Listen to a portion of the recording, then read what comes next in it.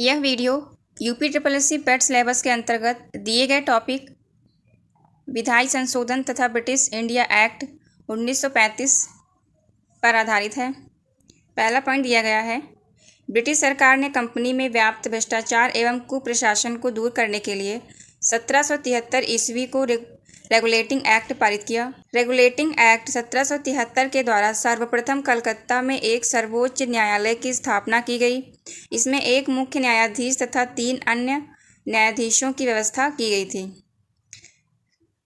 तो भारत में सर्वप्रथम कलकत्ता में सर्वोच्च न्यायालय की स्थापना की गई थी। किस एक्ट के तहत की गई थी? तो वो रेगुलेटिंग एक्ट 1773 के द्वारा की गई थी। उच्चतम न्यायालय 1774 ईस्वी में गठित किया गया और एलिजा इम्पे इसके मुख्य न्यायाधीश तथा चेम्बर्स लिमेस्टर तथा हाइड अन्य न्यायाधीश नियुक्त हुए थे।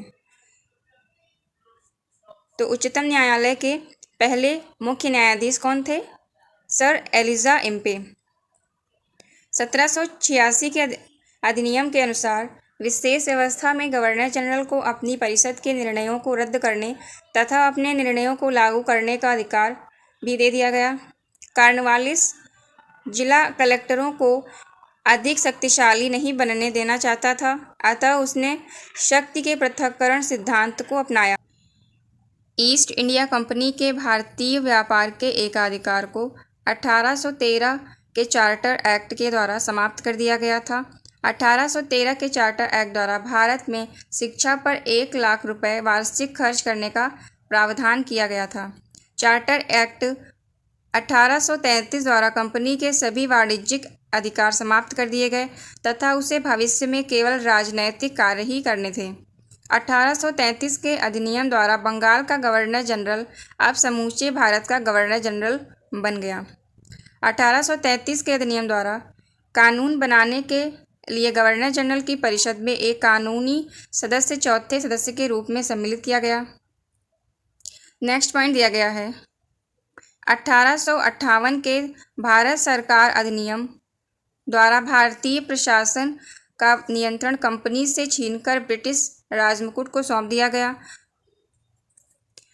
इंडियन काउंसिल एक्ट 1861 के द्वारा गवर्नर जनरल को अध्यादेश जारी करने की शक्ति प्रदान की गई।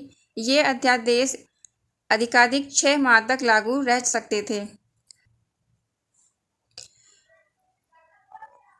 1861 के भारतीय परिषद अधिनियम द्वारा वायसराय की परिषद को कानून बनाने की शक्ति प्रदान की गई, जिसके तहत लॉर्ड कैनिंग ने विभागीय प्रणाली की शुरुआत की। नेक्स्ट पॉइंट है, इसी अधिनियम के द्वारा कानून बनाने के लिए वायसराय की कार्यकारी परिषद में न्यूनतम 6 और अधिकतम 12 सदस्यों की नियुक्ति से उसका विस्तार किया गया था। बॉम्बे, मद्रास और कलकत्ता उच्च न्यायालयों की स्थापना ब्रिटिश संसद द्वारा पारित 1861 के भारतीय उच्च न्यायालय अधिनियम के तहत 1862 में की गई थी। ये ईयर याद रखना, 1862 में उच्च न्यायालयों की स्थापना कहाँ कहाँ की गई थी? तो बॉम्बे में, मद्रास में और कलकत्ता में।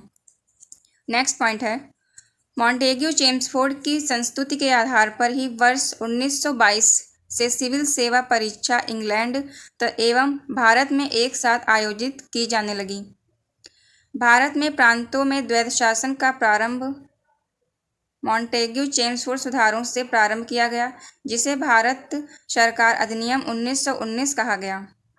नेक्स्ट पॉइंट है, वर्ष 1926 में भारत में एक लोक सेवा आयोग का गठन किया गया।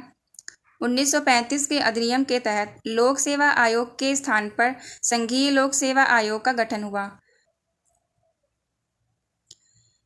वर्ष 1937 से संघीय लोक सेवा आयोग ने ब्रिटिश लोक सेवा आयोग से स्वतंत्र परीक्षा आयोजित करना प्रारंभ किया। वर्ष 1950 में संविधान के लागू होने के बाद संघीय लोक सेवा आयोग का नाम बदलकर संघ लोक सेवा आयोग यूपीएससी कर दिया गया। 1935 के अधिनियम के द्वारा प्रांतों में द्वैध शासन समाप्त कर प्रांतों को स्वायत्तता प्रदान की गई और केंद्र में द्वैध शासन लागू किया गया।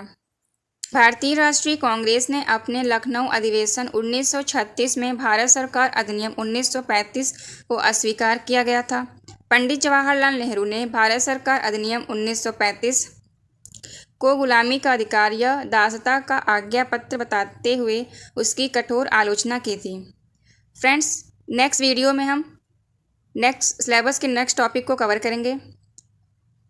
वीडियो पसंद आई हो तो लाइक करिएगा। Thank you for watching this video. जय हिंद।